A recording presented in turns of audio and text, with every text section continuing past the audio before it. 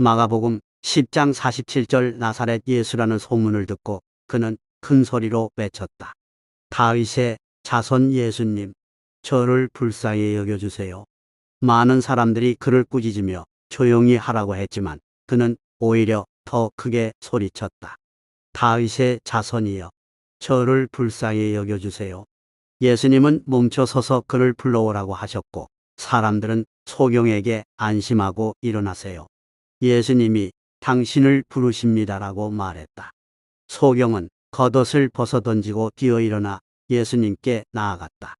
예수님이 무엇을 해드릴까요? 라고 물으시자 소경은 선생님, 다시 볼 수 있게 해 주십시오라고 대답했다. 예수님은 가거라. 내 믿음이 너를 구원했느니라고 말씀하셨고 그는 즉시 시력을 얻어 예수님을 따라갔다. 하나님의 아들이 되는 길은 오늘날 사람들에게 잘못 이해되어 교회는 단순히 사람들을 끌어들이고 사람들은 교인들의 권유로 형식적으로 따라다니게 되었습니다. 하나님께서 아들로 삼으시기를 원하는 사람은 하나님의 아들됨을 간절히 갈망하는 사람입니다. 그 간절함의 정도는 마치 목숨을 걸 정도로 절실한 것입니다. 따라서 하나님의 아들이 되려는 사람은 자신의 전부를 내어놓아야 합니다. 하나님은 이렇게 하나님의 아들이 되기를, 또 죽음을 피하기를 간절히 원하는 이를 아들로 삼고 싶어 하십니다. 앞서 언급한 소경의 태도처럼 최소한의 예복만을 입고 있어야 합니다. 말씀을 보지 못한다면 볼 수 있게 되기를, 구원의 길을 찾을 수 있게 되기를 간절히 바라는 마음이 반드시 있어야 합니다. 그렇지 않으면 무엇을 해드릴까요? 라는 질문도 내 믿음대로 될 것이다 라는 응답도 들을 수 없을 것입니다. 하나님의 말씀이 있는 이곳에 와 있는 당신에게 이러한 간절한 마음이 있는지 깊이 살펴보시기 바랍니다. 나는 인생의 허무함을 깨닫고 있으며 반드시 죽음을 맞이해야 한다는 사실이 두렵고 나라는 존재의 가치와 의미를 모른 채 살아가고 있다는 점에서 두렵고 답답하다. 그래서 나는 이것이든 어디든 그 답과 길을 찾을 때까지 나의 모든 것을 걸 것이다. 라는 간절한 마음가짐이 있어야 합니다.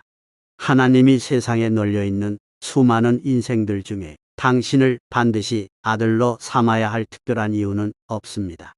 도대체 무슨 이유로 하나님께서 당신이 하나님의 아들이 되기를 원하시겠습니까? 당신이 하나님의 아들이 되지 않는다고 해서 하나님께 어떤 결핍이 생기겠습니까? 하나님께서는 다음과 같이 말씀하셨습니다. 잠언 8장 17절 나를 사랑하는 자들이 나의 사랑을 입으며 나를 간절히 찾는 자가 나를 만날 것이니라. 시편 53장 2절 하나님이 하늘에서 인생을 굽어 살피사 지각이 있는 자와 하나님을 찾는 자가 있는가 보려 하신즉 각기 물러가 함께 더러운 자가 되고 선을 행하는 자 없으니 하나도 없도다. 인생의 찾음이 먼저이고 그 간절함이 선행되어야 합니다. 그 다음에 하나님의 절대적 사랑이 그에게 임하는 것입니다. 따라서 먼저 하나님께서 말씀하시는 선은 무엇이며 그것이 인생들이 말하는 선과 어떻게 다른지, 악이란 무엇인지, 그리고 왜 하나님의 방향이 인생들이 추구하는 방향과 반대에 있는지를 알고자 해야 합니다.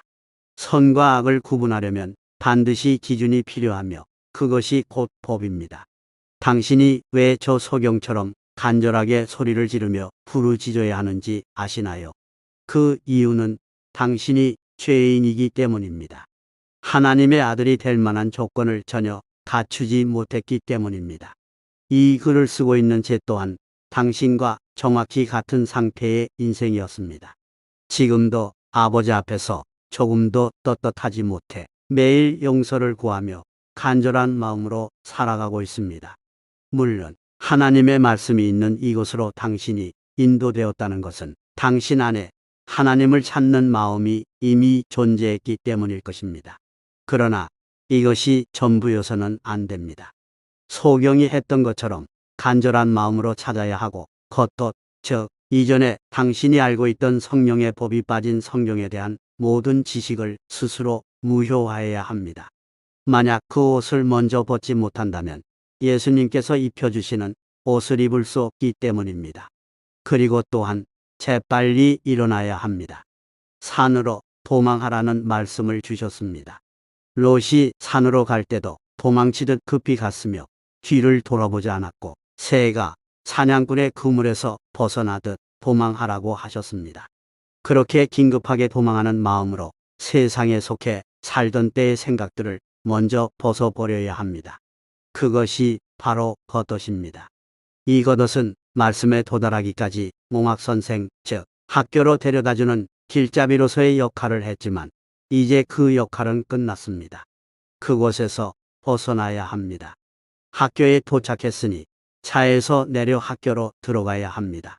계속해서 차 안에 머물러 있으면서 담장 너머로 학교만 바라보고 있으면 공부를 할 수 없습니다.